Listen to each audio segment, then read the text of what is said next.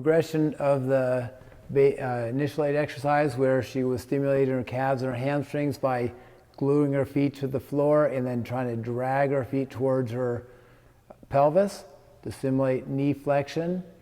Or if the sciatic nerve could tolerate, letting her have her heels on the ball and digging her heels into the ball, again to stimulate the posterior muscles in the lower extremity. She can press her arms hard in the floor to try to get that whole posterior chain to kick in.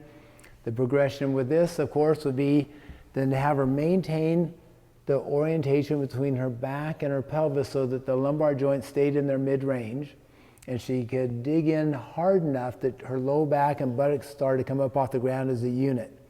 So she's going to start to pivot a little bit below her shoulder blades. You can see that she's done a very nice job of maintaining this straight, not rolling up so the lumbar joints were taken to end range. The back extensors need to be working very hard here in order to stop that flexion force from occurring. There's obviously increased impact in her calves, hamstrings, back muscles as she presses hard into the floor. She's going to be stimulating those posterior shoulder girdle muscles that will facilitate the pattern. She could come down and rest. The progression from this, of course, would be digging her heels into the ball, picking her low back and buttocks up off the ground, keeping her arms on the floor, and then she could start to straighten both knees at the same time so the ball rolled away from her, bending both knees at the same time. So she's going to try to keep herself stable from her low back into her pelvis, but move like crazy at her knees and her hips.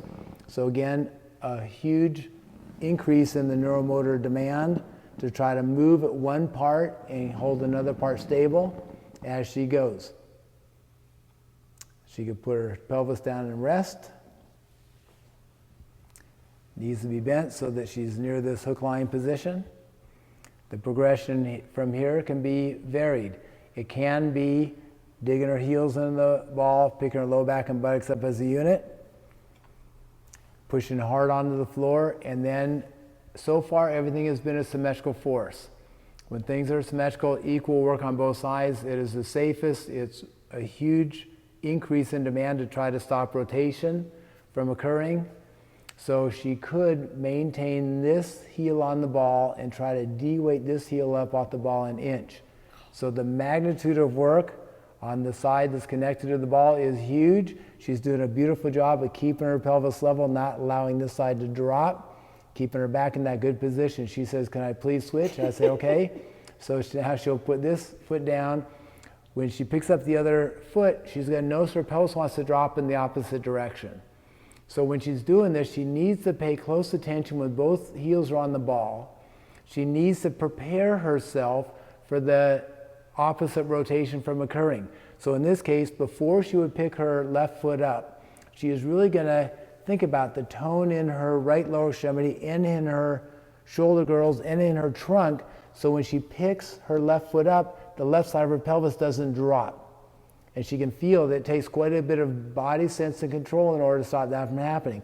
If she puts that heel down, she needs to pause and recalculate because the rotation will be the opposite. She really needs to think about the muscles in her left side, shoulder girdles, trunk. So when she picks up this foot, beautiful job, stays level as can be.